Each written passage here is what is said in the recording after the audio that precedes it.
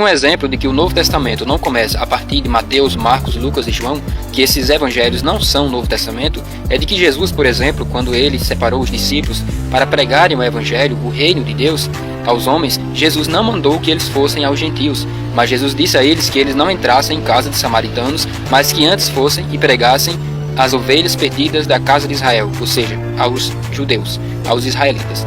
Mas quando Jesus é morto e ressuscita, e ao terceiro dia apresenta-se diante de seus discípulos, ele dá uma ordem diferente da que ele tinha dado de quando ele estava vivo, como filho do homem e praticante da lei de Moisés. Ele disse aos discípulos: ide e fazei discípulos de todas as nações, batizando-os em nome do Pai, do Filho e do Espírito Santo.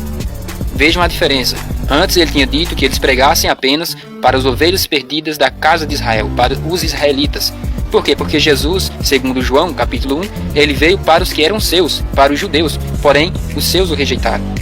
Então Jesus, após ressuscitar, ao apresentar-se diante dos discípulos, ele manda que eles preguem o evangelho a toda criatura e que façam discípulos de todas as nações. Quando ele diz, ide, pregar o evangelho a toda criatura, ele está dizendo para que nós possamos pregar o evangelho a não somente judeus, mas também gentios, a toda criatura.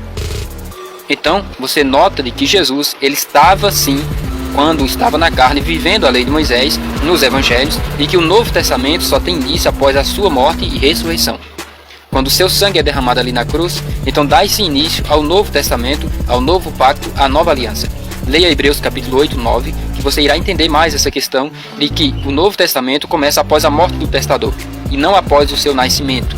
Mateus, Marcos, Lucas e João contam a história de Jesus como judeu, como filho do homem, como Deus encarnado, vivendo e pregando a lei de Moisés.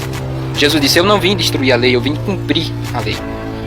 Então por isso que a Bíblia é clara em afirmar que o Novo Testamento só tem início após a morte do testador, ou seja, após a morte de Jesus.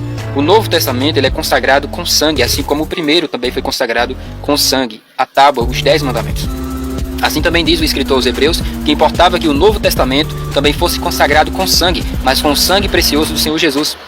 Então essa página em branco que está entre Malaquias e Mateus não deveria estar ali.